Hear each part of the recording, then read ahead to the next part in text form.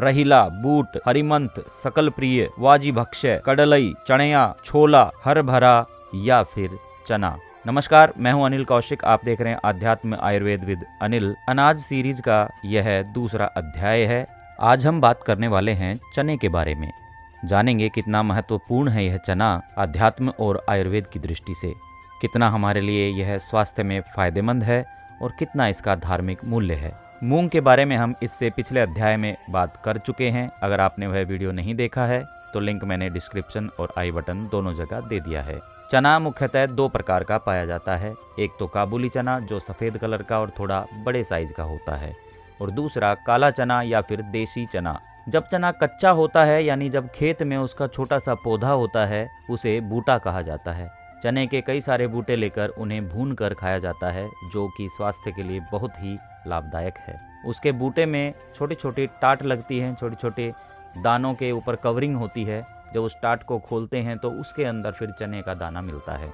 इस एक टाट के अंदर 2 हरे चने के दाने निकलते हैं। जब चना पक जाता है तो उसका कलर बदलकर काला या भूरा हो जाता है। 8वीं शताब्दी में भी कश्यपा कृषि सूक्ति महर्षि कश्यप द्वारा लिखा गया एक ग्रंथ, जिसके अंदर चने की खेती का पूरा विवरण दिया गया है।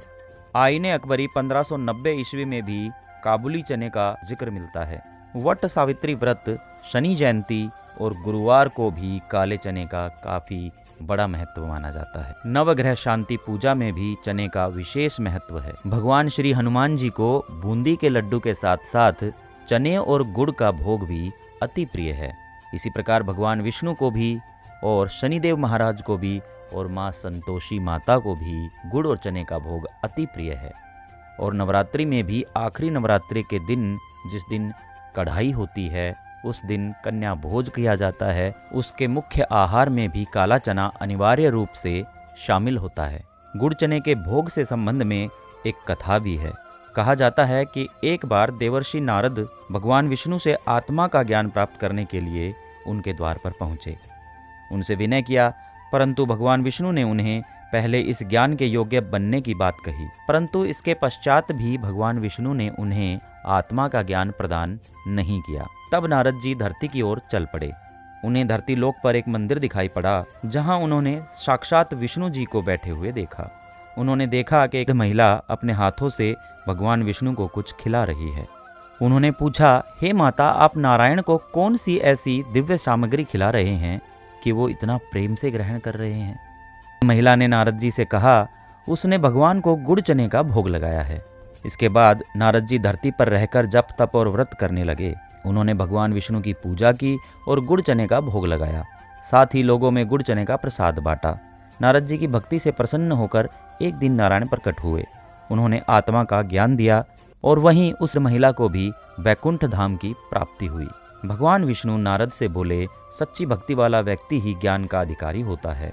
कहा जाता है इसी के पश्चात से गुड़ चने का प्रसाद बनाने का और बांटने का प्रचलन प्रारंभ हो गया।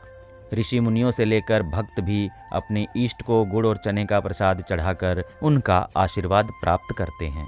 और अगर आप आयुर्वेद की दृष्टि से देखें तो गुड़ चना बहुत ही लाभकारी है। गुड़ और चना दोनों मिलकर एक खून की कमी को दूर करने वाला टॉनिक बन जाता है। शारीरिक शक्ति पैदा करता है, क्योंकि इससे आयरन अवशोषित होता है। शरीर के अंदर प्रचुर मात्रा में आयरन की पूर्ति होती है। इसी से हीमोग्लोबिन बढ़ता है। परिणाम स्वरूप आपकी थकान और कमजोरी छूमंतर हो जाती है। शक्ति का प्रतीक घोड़ा, जिससे हॉर्स पावर भी बना है, उसको भी चना अति प्रिय है। उसका मुख्य भोजन भीगा हुआ चना होता है।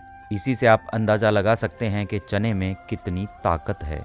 यदि गर्मियों में चने के सत्तू का सेवन किया जाए, चाहे पानी में मिलाकर, चाहे छाछ या मट्ठा में मिलाकर, तो वह आपको गर्मी से बिल्कुल राहत देगा।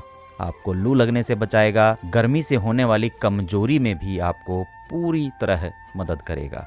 अगर मौसम के बदलाव के कारण आपको सूखी खांसी है और बहुत ही ज़्यादा परेशानी हो रही है, रात को सोते समय थोड़ा भुना चना गुड़ के साथ खा लें। इससे खांसी में लाभ मिलेगा। इसके अलावा रात में सोते समय थोड़ा भुना चना गर्म दूध के साथ पीने से श्वास नली में संबंधित रोगों से छुटकारा मिल सकता है। चने की भूसी यानी जो उसका छिलका निकलता है, उसको इकट्ठा करके हुक्के में रखकर उसकी धूम का सेवन करने से हिचकियां बंद हो जाती हैं। अगर कोई मसालेदार खाना खाने से या फिर किसी बीमारी में दवा के साइड इफ़ेक्ट से आपको उल्टी आ रही है तो उसके लिए आप चने को 6 गुना पानी में भिगोकर रख दें और दूसरे दिन उस पानी को छानकर 10 से 20 मिलीलीटर की मात्रा में पीने से आपको उल्टी में राहत मिलनी संभव है। आजकल की तनाव भरी जिंदगी में और भागदौड़ की इस दिनचर्या में ना तो सोने का समय है ना ही खाने का समय है और नतीजा होता है मधुमेह या फिर डायबिटीज। चने के 2 से 4 ग्राम पत्ते के चूर्ण को खाने से मधुमेह में लाभ मिलता है। बचपन में हम तो चने के पत्तों का साग भी खाते थे और चने के पत्तों की चटनी पत्थर पर रगड़ के बनाते थे, बहुत ही स्वादिष्ट लगती थी और उससे आपको पेट संबंधी समस्याएं, डायबिटीज, मोटापा, इन सब में भी बहुत आराम मिलता है। चने के पत्तों को उबाल कर पीस कर उसके अंदर एरंडी का तेल या फिर तिल का तेल मिलाकर जोड़ों के ऊपर लेप बनाकर लगाने से जोड़ों के दर्द में भी आराम मिलना संभव है। चने के आटे की रोटी बनाकर उसमें गाय का घी लगाकर खाने से जोड़ों के दर्द में धीरे धीरे करके आराम मिलना संभव है। 2 से 4 ग्राम चने के चूर्ण में 1 ग्राम बाकुची तथा 500 मिलीग्राम नीम का चूर्ण मिलाकर सेवन करने से सफेद दाग में भी लाभ मिलना संभव है। और चने के आटे का उपटन बनाकर चेहरे पर लगाने से चेहरे की कांति बढ़ती है तथा मुहासे व झाइयाँ दूर हो जाती हैं। चने के आटे में उससे आधी मात्रा में अच्छे से पिसा हुआ चावल का आटा मिलाकर और उसमें दही मिलाकर एक लेप बनाएं। उसे 15 से 20 मिनट चेहरे पर लगाने से चेहरे की झाइयाँ धीरे धीरे करके ठीक होनी शुरू हो जाती हैं। भुने हुए चने और छिली हुई बादाम की गिरी दोनों को बराबर मात्रा में मिलाकर खाने से शारीरिक बल की वृद्धि होती है।